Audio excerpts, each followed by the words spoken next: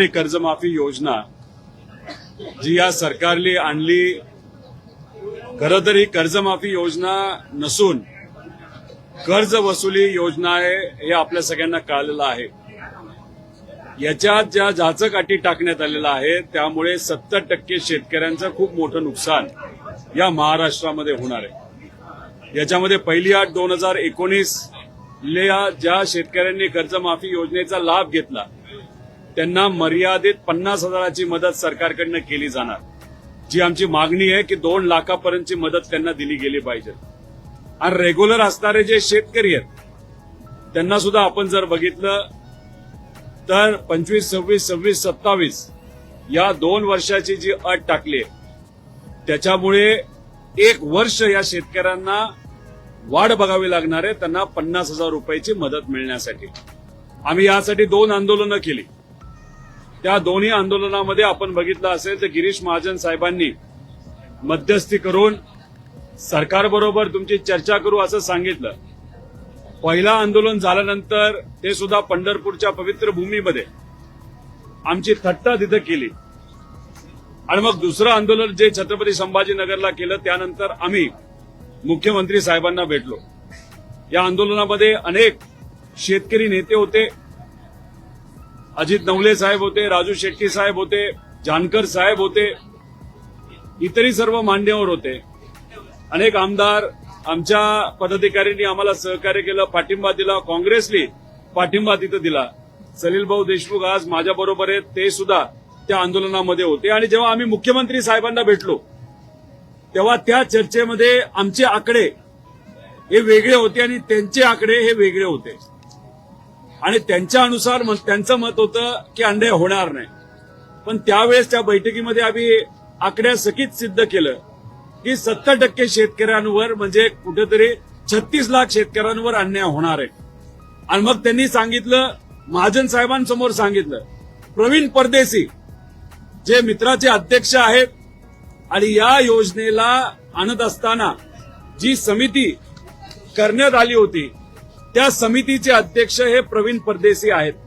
प्रवीण परदेशींना तुम्ही भेटा, चर्चा करा, त्यात मार्ग काढा।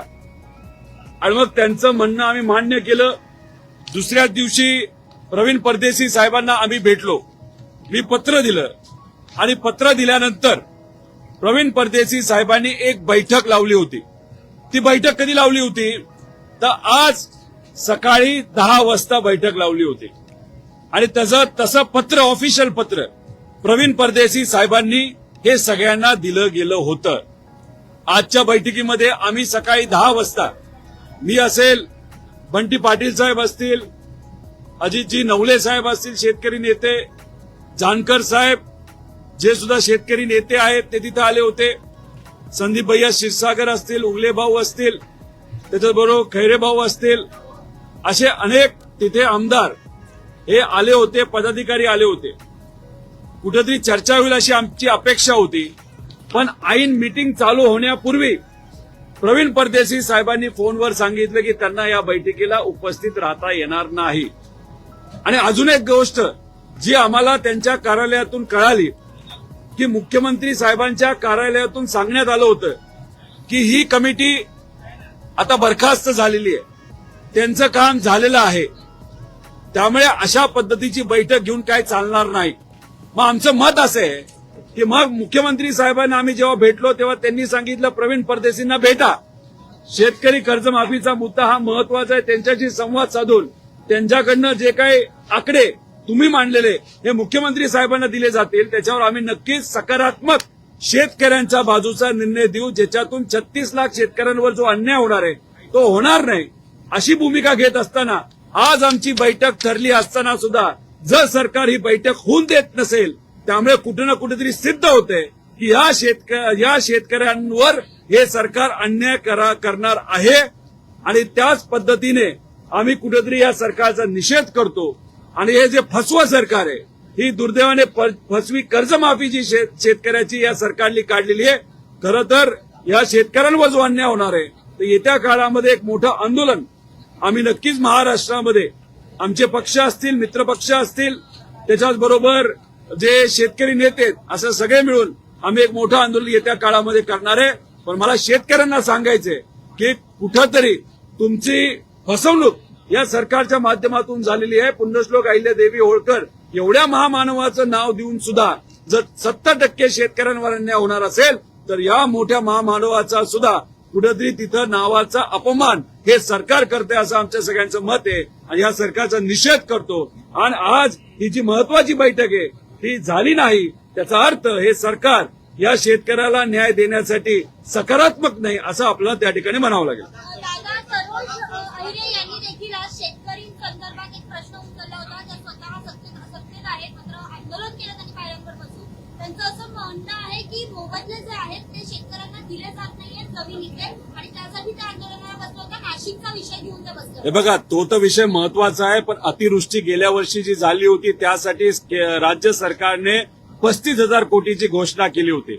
लोकांच्या खात्यामध्ये किती आतापर्यंत पैसे आले? 12,500 कोटी रुपये. बाकीचे पैसे गेले कुठे हा आमचा प्रश्न आहे. कर्जमाफी योजना सुद्धा 35-36 कोटीची घोषित झालेली आहे. पण हे जे काय अटी बघितल्या तर 12,000 कोटी 13,000 कोटीपेक्षा हा आकडा पुढे जाणार नाही. त्याच्याबरोबर पीक विमा योजनेच्या बाबतीत बोलायचं झालं तर 4 ट्रिगर काढल्यामुळे शेतकऱ्यांचं खूप मोठं नुकसान 2025ला झालेलं आहे आणि आता सुद्धा खूप मोठ्या प्रमाणात होणार आहे. कारण काही भागात पाऊस असला तरी 70% महाराष्ट्रामध्ये आज पाऊस नाहीये. त्यामुळे हे ट्रिगर नसल्यामुळे पीक विमा कंपनीकडनं या शेतकऱ्याला मदत ही दिली जाणार नाही. त्यामुळे हे दोन्ही विषय कर्जमाफी योग्य पद्धतीने लागू करणं आणि त्याच्याच बरोबर पीक विमा योजनेचे 4च्या 4 ट्रिगर आणण्यात यावं यासाठी आम्ही जे आंदोलन केलेलं आहे कुठेतरी सरकारने त्याच्याकडे दुर्लक्ष केले असं आपल्याला म्हणावं लागेल. आज शेतकऱ्याची जी काही परिस्थिती आहे त्या परिस्थितीकडे सुद्धा हे सरकार तिथं दुर्लक्ष करतंय हे कुठेतरी आता सिद्ध होत आलेलं आहे.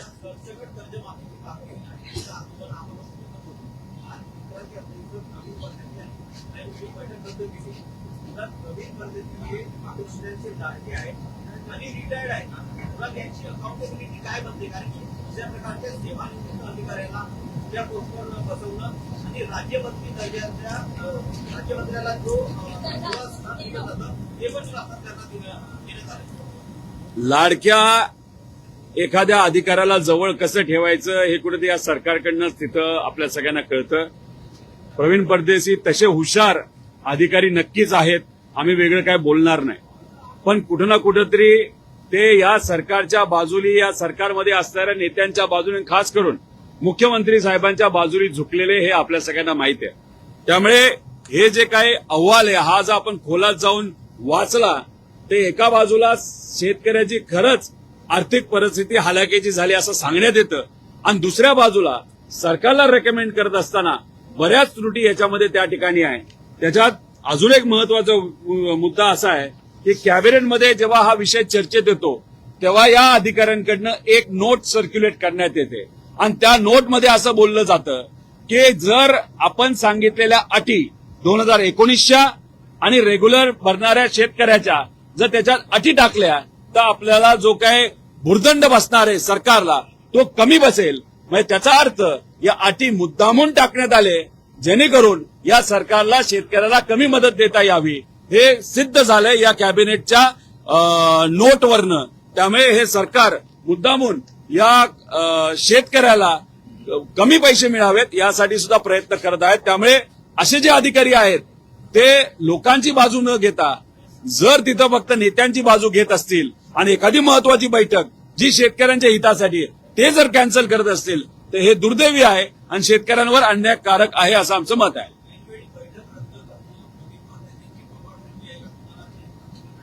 मला माहित नाही त्यांनी तो निर्णय घेतला का त्यांना कोणीतरी फोन केलं. एक तर ते ऍक्टिव्ह अधिकारी नाहीये, त्यांना जी काय जबाबदारी दिली एक तर या बैठकीची या कमिटीची जबाबदारी कर्जमाफीची दिली होती. मित्राचे जे अध्यक्ष आहेत आणि फायनान्शियल अडवायझर हे मुख्यमंत्र्यांचे आहेत. मला जे कळतंय त्यांनी जे कारण दिले की कुठेतरी लँडस्लाईड झाली म्हणून तिथं ते गेलेत. आता खरं तर जो अधिकारी आज सेवेत नाही तो अधिकारी तिथे जाऊन काय करणार? जे सेवेत त्यांनी तिथं काम करावं ही बैठक करून जर ते त्या ठिकाणी गेले असते, जर ऍक्टिव्ह अधिकारी आहेत ते तिथं अडचण सोडवतील. फक्त बघून उद्या या गोष्टी होऊ नये याच्यासाठी जे काही त्यांचा व्हिजिट होतं ते कदाचित त्यांनी 2 तासानंतर केली असती नाही तर उद्या केली असती तरी आम्हाला चाललं असतं असं आम्हाला वाटतं. कारण का तिथं ऑलरेडी कलेक्टर आहेत, तिथं एसपी आहेत आणि इतरही विविध जे सीईओ असतील त्याचे IAS अधिकारी आहेत, सगळे तिथं अधिकारी असताना यांना आत्ताच जाणं हे महत्वाचं होतं का? अडचण असेल तर महत्वाचं आहे, पण ऍक्टिव्ह अधिकारी असताना जे रिटायर्ड अधिकारी आहेत ज्यांना वेगळी जबाबदारी त्यांना तिथं जाणं आणि या मिटिंगला दुर्लक्ष करणं म्हणजे कुठे ना कुठेतरी 36 लाख शेतकऱ्यांवर केलेला हा अन्याय आहे असं आमचं मत आहे. विरोधातल्या आमदारांना डावलण्याचा हा प्रकार आहे. आम्ही सर्वजण तिथं होतो. बंटी पाटील साहेब होते, त्याच्याचबरोबर आपण बघितलं असेल जानकर साहेब होते, अजित नवले भाऊ होते, सलील भाऊ देशमुख तिथं होते, उगले भाऊ होते, आमचे मोहोळचे आमदार तिथे होते, त्याच्याचबरोबर इतरही काही अधिकारी तावरे साहेब होते, मित्तल साहेब होते, हे सगळे तिथं होते आणि सुनील भाऊ भुसारा होते. आणि मग आमची तिथं चर्चा होत असताना मग मध्येच हा फोन आला आणि मीटिंग कॅन्सल झाली. मग आम्ही इथं येणं, आम्ही बैठकीला जाणं याच्यामध्ये शेतकऱ्याचं हित होतं. जयंत पाटील साहेब येत होते, पोहोचत होते, आव्हाड साहेब पोहोचणार होते, त्यात त्यांना सांगावं लागलं की मीटिंग ही दुर्दैवाने तिथं कॅन्सल झाली. मग एवढे मोठे नेते आणि आमदार तिथं येण्याचं कारण का? कारण का ही जी योजना जी सरकारने कर्जमाफीची योजना आणलेली ती अन्यायकारक आहे बहुतांश शेतकऱ्यांवर. ती होऊ नये, शेतकऱ्यांचा फायदा व्हावा, त्या अटी काढण्यात यावा यासाठी आम्ही तिथे गेलो आणि आमची थट्टा करण्यात आली. अचानक 5 मिनिटं आधी ही मीटिंग कॅन्सल करण्यात आली. हे खरंच कुठे ना कुठेतरी दुर्दैव आहे. कुठे ना कुठेतरी राज्य सरकारमध्ये असणाऱ्या नेत्यांचं प्रेशर या अधिकाऱ्यांवर असल्यामुळे या अधिकाऱ्यांनी ही बैठक कॅन्सल केली. ही बैठक जर झाली, मिनिट जर झाले, तर मग सरकारला त्या सगळ्या गोष्टी स्वीकाराव्या लागतील आणि त्या स्वीकारू नये आणि अधिवेशनात अडचण येऊ नये म्हणून मुद्दामून काही नेत्यांनी त्यांना सांगितलं असावं की ती बैठक कॅन्सल करावी. हे अन्यायकारक आहे असं आमचं मत आहे. आता पुढची तारीख वगैरे काही दिली आहे का किंवा आणि आता पुढचं पाऊल काय आहे? अरे काय करता, काय लोणचं घालायचं का या सरकारची चर्चा करून करून? 2दा चर्चा झाली, काही फायदा नाही आला. एकदा पवित्र भूमी पंढरपूरमध्ये चर्चा झाली, शब्द दिला, पाळला गेला नाही. म्हणजे देवस्थानाच्या इथं दिलेला शब्द तुम्ही पाळत नसताल म्हणजे काय विचाराचे तुम्ही आहात हे कुठेतरी त्या ठिकाणी सिद्ध होतं. अख्ख्या महाराष्ट्रातला शेतकरी वर्ग, मजूर वर्ग हा विठोबारायाचं दर्शन घेण्यासाठी तिथं जात असतो आणि त्याच भूमीमध्ये तुम्ही आम्हाला फसवता. आम्ही शेतकऱ्याचा मुद्दा घेत असताना दुसऱ्यांदा मोठं आंदोलन आम्ही छत्रपती संभाजीनगरमध्ये केलं, तेव्हा तुम्ही बोलला बैठक करतो. बैठक झाली, बैठकीत सांगण्यात आलं की प्रवीण परदेशींच्या समोर जाऊन तुम्ही हे मुद्दे मांडा आणि प्रवीण परदेशी साहेबांच्या पुढे बैठक लागल्यानंतर आम्हाला सांगण्यात येतं की प्रवीण परदेशी साहेबांचे सगळे अधिकार या विषयाच्या बाबतीत काढण्यात आलेत. मग बैठकीमध्ये आम्हाला का खोटं बोललं गेलं? अरे किती वेळा डोकं फोडायचं या सरकारच्या पुढं विनंती केली आणि आम्हाला राजकारण याच्यात करायचं नाही. त्यामुळे आम्ही बऱ्याच वेळा माघार घेतली, चला चर्चा करू, मार्ग निघाला पाहिजे. सगळ्याच गोष्टीत राजकारण झालं पाहिजे असं नाही. तर मार्ग निघत असेल, शेतकऱ्यांना फायदा होत असेल तर आम्ही नरमायची भूमिका घेतली. पण मला असं वाटतं हे सरकार फसवा सरकार आहे. यांना फक्त शब्दाचा खेळ हे करतात, शब्दात लोकांना अडकवतात आणि त्यात मात्र सगळ्यांची थट्टा करतात असं आपल्याला म्हणावं लागेल. काय झाले की अवकाळी पाऊस आला तेव्हा घोषणा मोठी केली, 35,000 कोटीची घोषणा केली.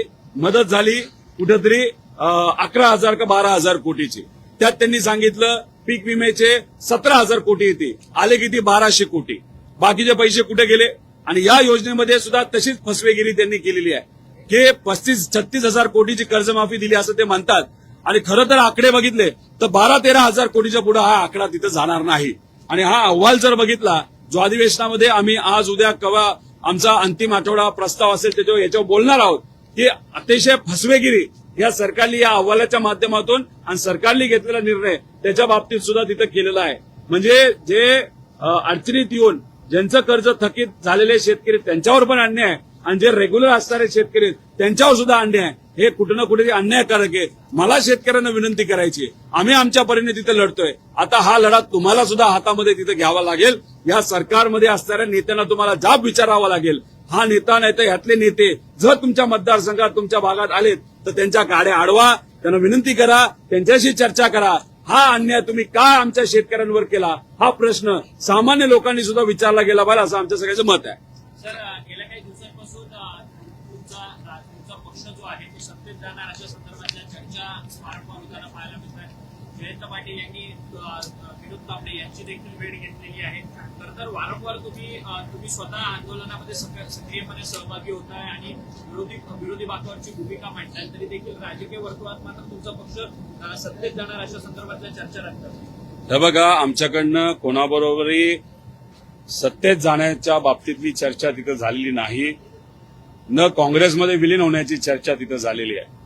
त्याच्याच बरोबर महाराष्ट्रातला भाजपचा निर्णय हे देवेंद्र फडणवीस साहेब घेतात आणि वरून जास्तीत जास्त महाराष्ट्रावर एखादा निर्णय जर लादायचा असेल भाजपकडनं, ते अमित शाह साहेबांच्या माध्यमातून तो लादला जातो.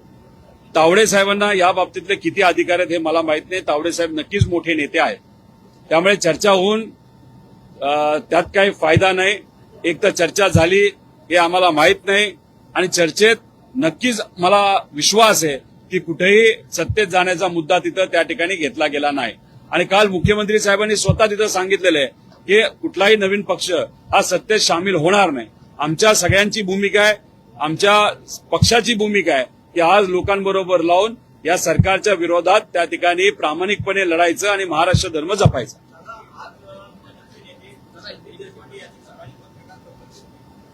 विभागाशी संबंधित प्रश्न आहे. जेल महानिरीक्षकांच्या कार्यालयात एकत्रित टेंडर काढण्यात आले. ₹100ची लाच घेण्यात आली. एकत्रितच जे कैद्यांना साहित्य पुरवलं जातं किंवा खाण्यापिण्याचं जे साहित्य आहे त्याची जळेदऱ्यानं विक्री किंवा खरेदी करण्यात आली. अहो, तुम्हाला काय सांगायचं, इन्फ्रास्ट्रक्चरच्या नावाखाली इतका मोठा भ्रष्टाचार आपल्या या महाराष्ट्रामध्ये चालू आहे. गरिबाचा पैसा टॅक्सच्या माध्यमातून जो आपल्या तिजोरीमध्ये जातो राज्याच्या, त्याचा अक्षरशः भ्रष्टाचारामुळे चिखल झालाय असं आपण म्हणू शकतो. विविध विभागाच्या अंतर्गत सुद्धा जसं तुम्ही सांगितलं की होम डिपार्टमेंटच्या अंतर्गत जेल विभाग येतो, त्या विभागामध्ये सुद्धा खूप मोठ्या प्रमाणात भ्रष्टाचार आहे. विविध विभाग जर आपण बघितले त्याच्यात मोठा भ्रष्टाचार आहे. महिला व बाल विकास या विभागामध्ये भ्रष्टाचार आहे, इतरही विभागामध्ये भ्रष्टाचार आहे. त्यामुळे इथं काय चाललंय तर सत्तेत या लोकांना का राहायचंय, कारण त्यातून त्यांना मलिदा मिळतोय, त्यांना त्यातून पैसा मिळतोय. म्हणजे अक्षरशः भ्रष्टाचाराचा कहर या महाराष्ट्रावर त्या ठिकाणी आलेला आहे.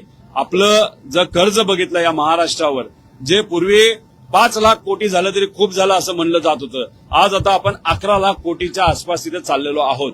आणि याच्यातून काय केलं जातंय तर मोठे प्रोजेक्ट इन्फ्रास्ट्रक्चरच्या नावावर आणि या विविध योजनेच्या माध्यमातून आणले जातात आणि त्यातून हजारो कोटी रुपयाचा तिथं भ्रष्टाचार होतो. याच्याच बरोबर तुम्हाला माहिती आहे, अयोध्या पवित्र भूमी आहे, तिथं प्रभू श्रीरामांचं जे पवित्र मंदिर बांधण्यात आलं त्यात भ्रष्टाचार झाला. तसंच उज्जैनमध्ये जमीन घोटाळा झाला. तसंच आपल्या या महाराष्ट्रामध्ये जे नाशिकमध्ये जे हे घेतलं जाणार आहे, धार्मिक आपला कार्यक्रम घेतला जाणार आहे, तर त्याच्यामध्ये कुंभमेळा, त्याच्यामध्ये सुद्धा तर हजारो कोटीचा भ्रष्टाचार तिथं झालेला आहे. त्यामुळे देवाच्या नावावर सुद्धा हे पैसे खायला लागलेत, मंदिरातून पैसे खायला लागलेत आणि महाराष्ट्राच्या तिजोरीतून सुद्धा खूप मोठ्या प्रमाणात भ्रष्टाचार आज चालू आहे. हिंदी में जानना चाहेंगे आप लोन को लेके जो जिस तरह से मीटिंग की किसानों का जो कर्ज माफी है उसको लेके, और दूसरा आपकी पार्टी एनडीए में जाने की बात हुई है, 2 सवाल थे. देखो, जो महाराष्ट्र में लोन वेवर दिया गया सरकार के माध्यम से, उसमें जो कंडीशंस डाली गई, एक तर नॉन रेगुलर जो किसान है, मतलब जिनका जो लोन है वहां पे थकित है, ड्यू है, ओवर ड्यू है, उनके लिए 2 वहां पे कंडीशंस डाली गई. जिन्होंने 2019 को उस टाइम जो कर्ज माफी की योजना आई थी उसका लाभ अगर लिया होगा तो इस कर्ज माफी में उनको ज्यादा से ज्यादा 50,000 की मदद की जाएगी. जो रेगुलर किसान है उनके लिए सिर्फ 50,000 रुपए दिए जाएंगे, और वो भी 26 और 27, मतलब 27 एंड तक. ये साल जो अभी तक खत्म नहीं हुआ, 1 साल उनको रुकना पड़ेगा, और उसमें भी बहुत सारी कंडीशंस डाली. तो इसके लिए हमने 2 आंदोलन किए, और वो आंदोलन होने के बाद सीएम साहब के साथ हम बैठे. उन्होंने कहा, प्रवीण परदेसी जो ये समिति है, इस समिति के अध्यक्ष थे, उन्होंने रिकमेंडेशन सरकार को दी, उनके सामने आप बैठो. तो हम सब, उनका जो पत्र आया था परदेसी साहब के ऑफिस का, उसके माध्यम से वहां पे हम सब, वहां पे कार्यकर्ता, आमदार, नेते, किसान नेते वहां पे गए.